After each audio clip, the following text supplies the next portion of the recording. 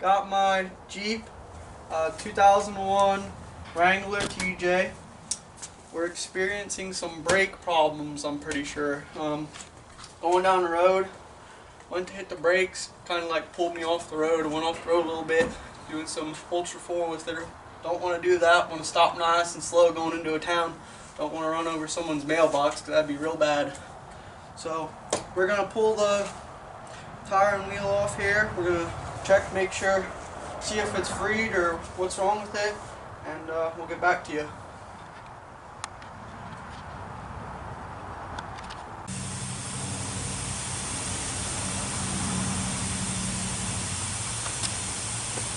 Okay, now we're going to jack her up. I like to jack it up just on the other side of the pumpkin, just to the right of the pumpkin, where you're right underneath your springs.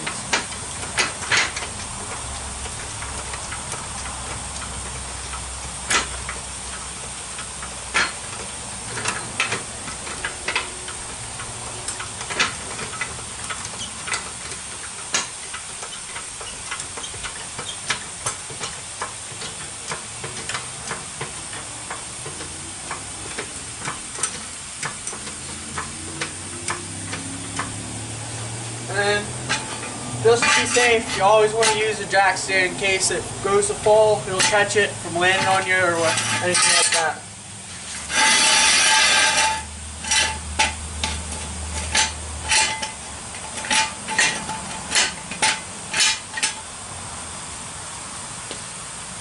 Now I'm going to take the tire and wheel off since it's jacked up. It spins a little freely. Yesterday I had it jacked up, it would not move at all, and I couldn't touch it. The lug nuts and the wheel and everything was that hot. Now I do have different lug nuts that are like semi-lock on, so I do have to use a different socket, and it is a little bit of a pain to get them on.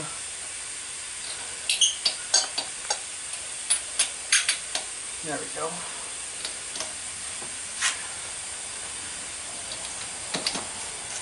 Make sure you loosen them.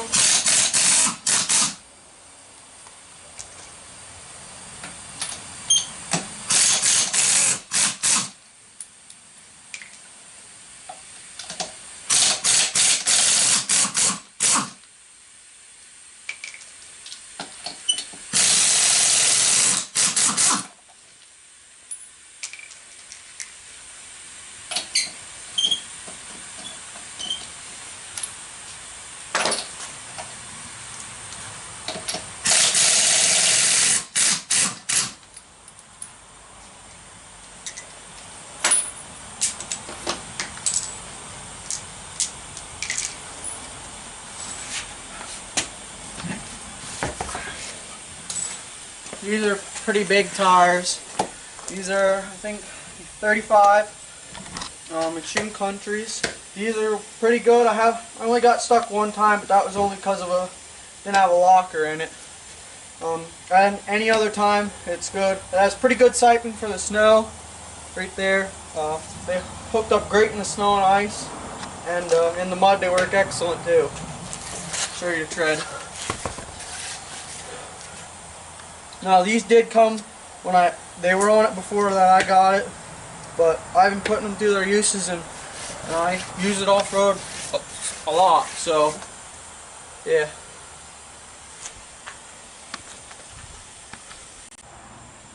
So we've taken the tire and wheel off. I always like to keep my lug nuts in a magnet tray so you don't lose them. Stick them anywhere it sticks to.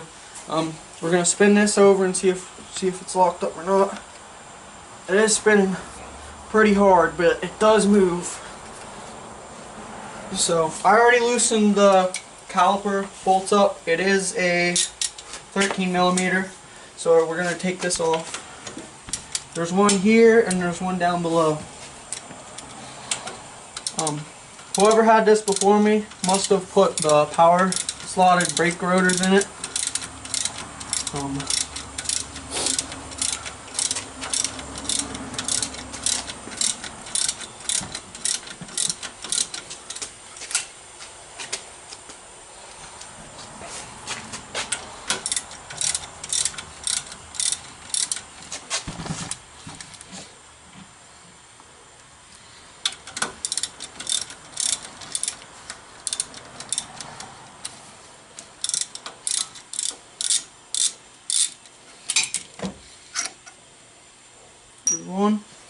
Put it in your magnet tray so you don't lose it or kick it around in the garage and then end up looking for it.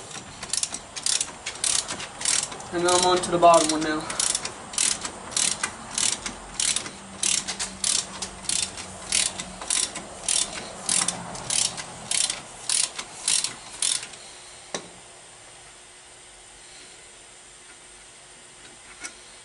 Just like that. Put it in your magnet tray. We're going to take this off now.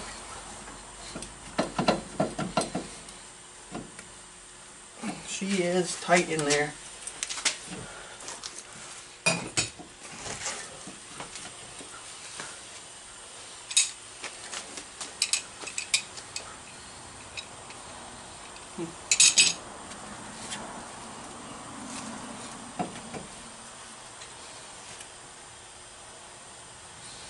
Something must be holding her up somewhere. Everything's moving.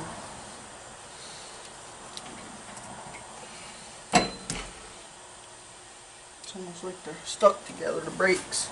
Stuck to the rotor. There we go. These lines right here also tell the wear on them. I'm gonna put this up out the way here. So we see if we can spin the thing over. Yeah, she spins a lot better now. Real easy. So, must be a caliper or something like that that's locking her up, keeping her from moving freely. Because the grinding sound is coming from, because it's not on there right. See? It's perfect. It's not locked up. I can push it with one hand.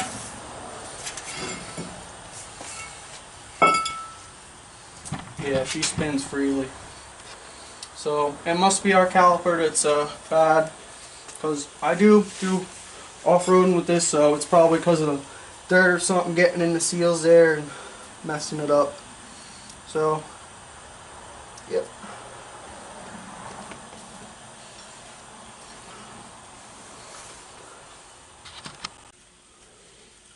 So while we have everything off and taking the caliper off to go to AutoZone and get a new one, I figured we should replace these brakes, because while they're off, we don't have to worry about it later in time, so everything will be new. Just press these clips here and lift up. Actually, I'm just pushing in and up, and it comes off. On that one, you just push in and push up with the other one. And this one you just pull out and the clip, it just pushes in. I mean, the brakes are almost halfway, half-life, but while it's off and apart, we'll replace it. So it's going to be off to AutoZone to get a new caliper, and then we'll put her all back together. And also, you gotta take this line off. You gotta be careful with the brake fluid getting all over. Don't have it by any of the paint, because it will eat your paint and anything like that. So take that brake line and then head to AutoZone and get a new caliper. One. We're now taking the brake line off with the brake fluid in it. It is a 14, I believe. Yes, 14. Be careful, there's washers on both sides so you don't lose them. You're going to need them again.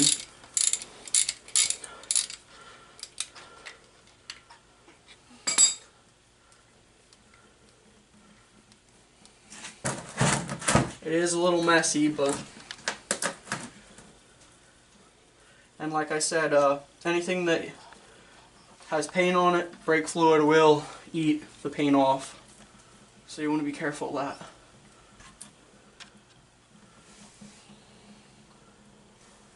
There is another washer there. There's one on this side also.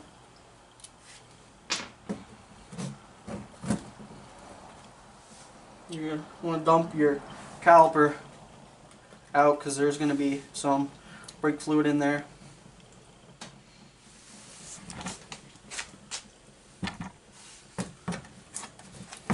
The washer's still on that one, yep.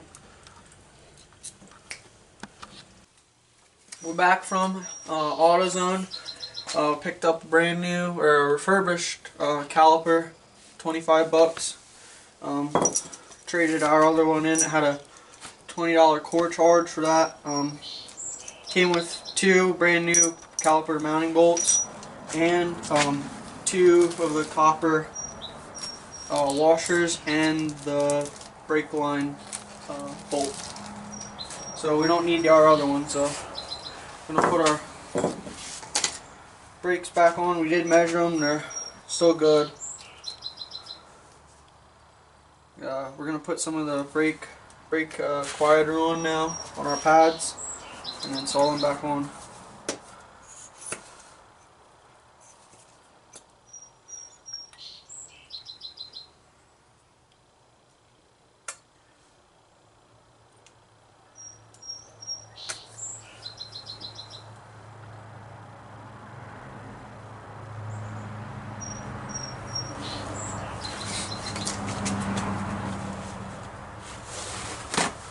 I'm going to wipe my hands so I don't get it all messed up already.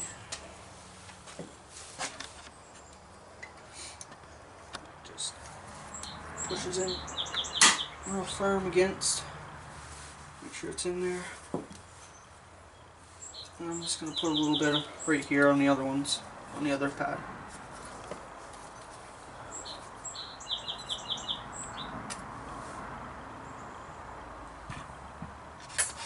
Spread that around with my finger. Put a little too much on that one.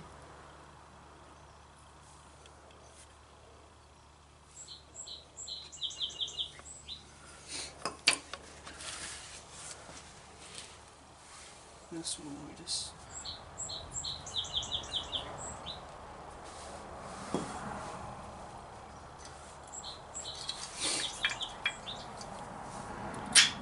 before we just slip them in there. Make sure it's good and centered. Lock in there real nice. Now I'm gonna clean this off. Gotta watch so we don't get brake fluid on our from taking it off and on our discs. Wiping this up.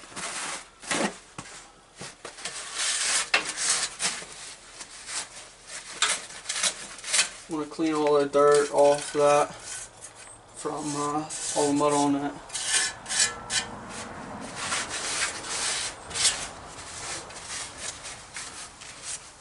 And we'll just mount her up. Got to put our rotor on first. I'd clean the surfaces there and on the inside of that one with no rust on there. Gotta clean this up too.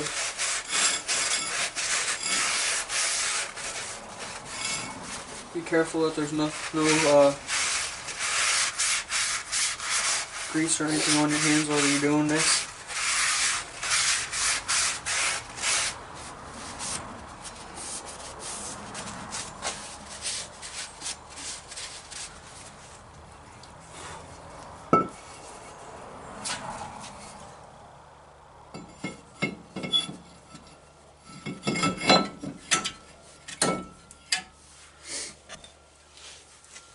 Now we're going to put the caliper back on. We'll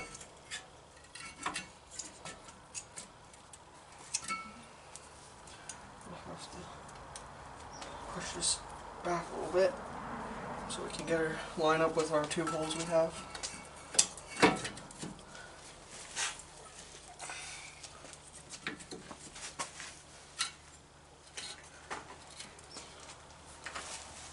Get our first one in there.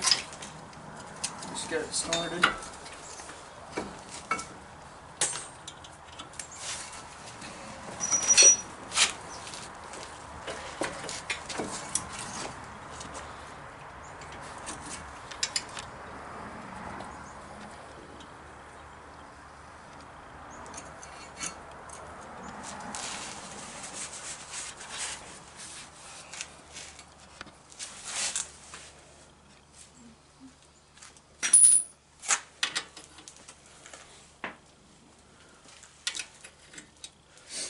I gotta get a socket to fit that.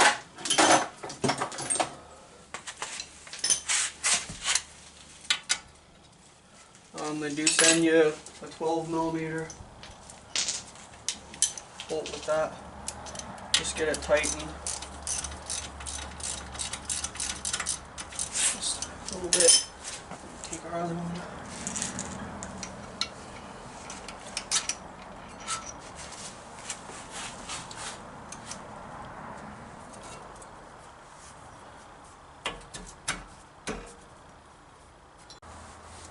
Once we got the brake caliper on, we had to take a break, look at the other side, and the bottom hooks in and the top just sets on the outside.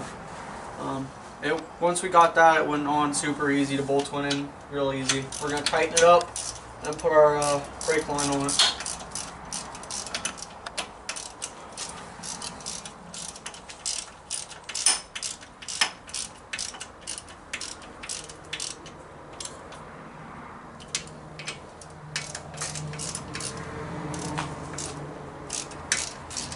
It's a 12mm for the new bolts also.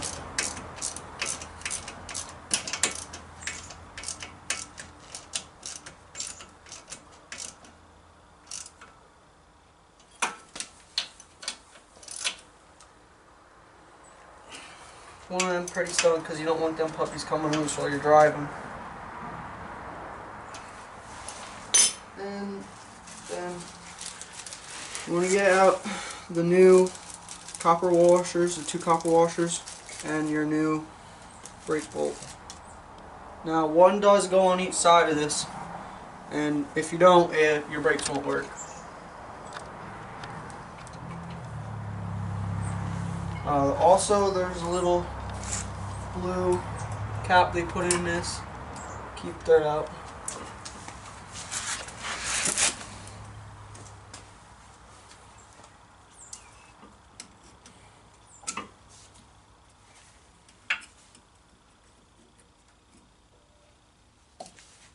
Comes out.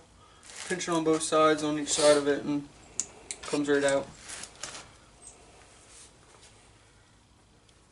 I'm going to put each side of the brake line block there. Actually, I want to be on the other side so it sits good. Make sure each side has, and then you got to make sure that it fits in there good, because there is on one side a little lock.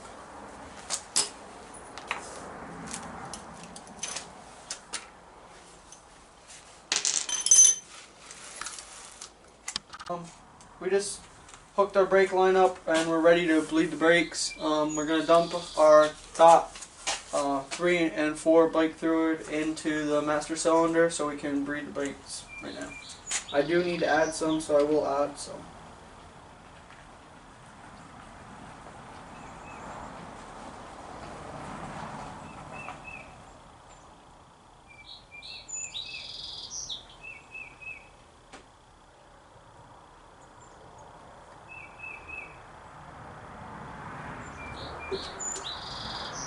I'm just going to let that sit. Now we're going to come down here with our brake bleeder. This is real easy. You just first got to make sure our wrench is tight. This one is a 3/8 wrench. Get some pressure. Putting it at 50, and we're going to open it up.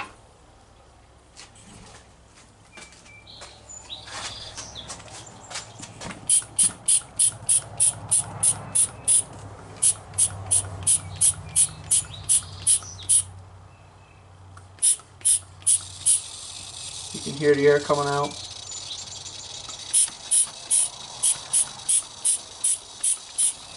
I'm going to turn the wrench back.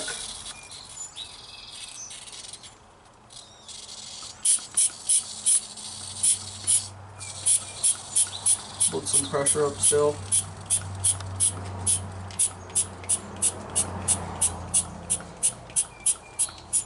Put it at 50.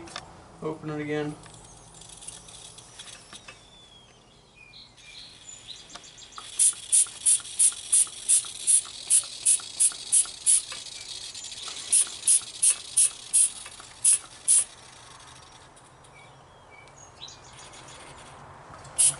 Hold some more pressure up. We have bled the brakes now. There's no air in the lines. You also got to pump your brakes a couple times, 10 times, 5 times, depends. Make sure you're, like the week before, it wouldn't spin freely. Now it spins with, like it did before without the caliper that we originally had on here. So it's a lot easier. Also, you got to make sure your master cylinder is full of brake fluid. Now we can put our wheel and tire back on. I had this lug nut here keeping the disc from coming off while we were putting the caliper on, so that's why this is on here.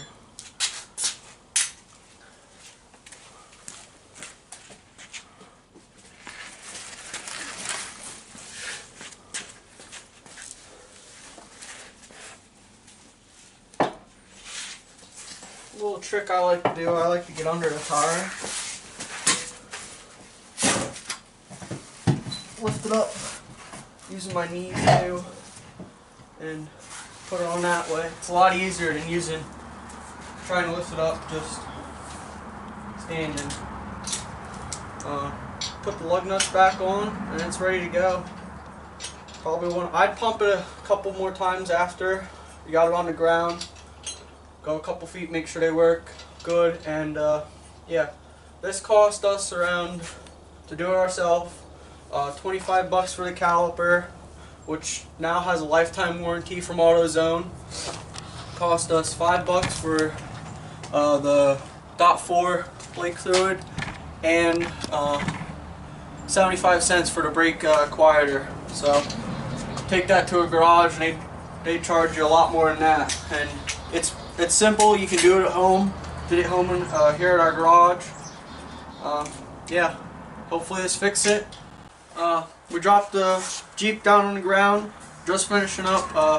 I'd recommend, or not, I'd say you always want to use torque specs. Everything you want to torque, mostly your lug nuts. It's a real big thing. Your wheel comes off and your tire going down the road, it's problems for you and everybody around you.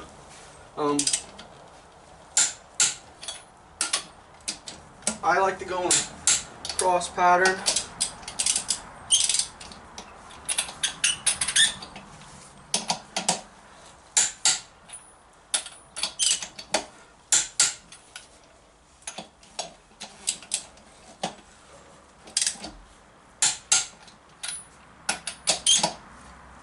And then go around all the way. Each one of them again. Make sure.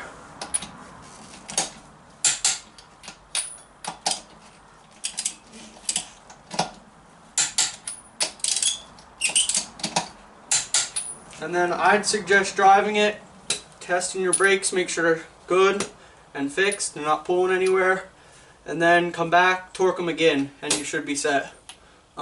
If you like this video, like it and subscribe for all my other videos in the future. Thanks.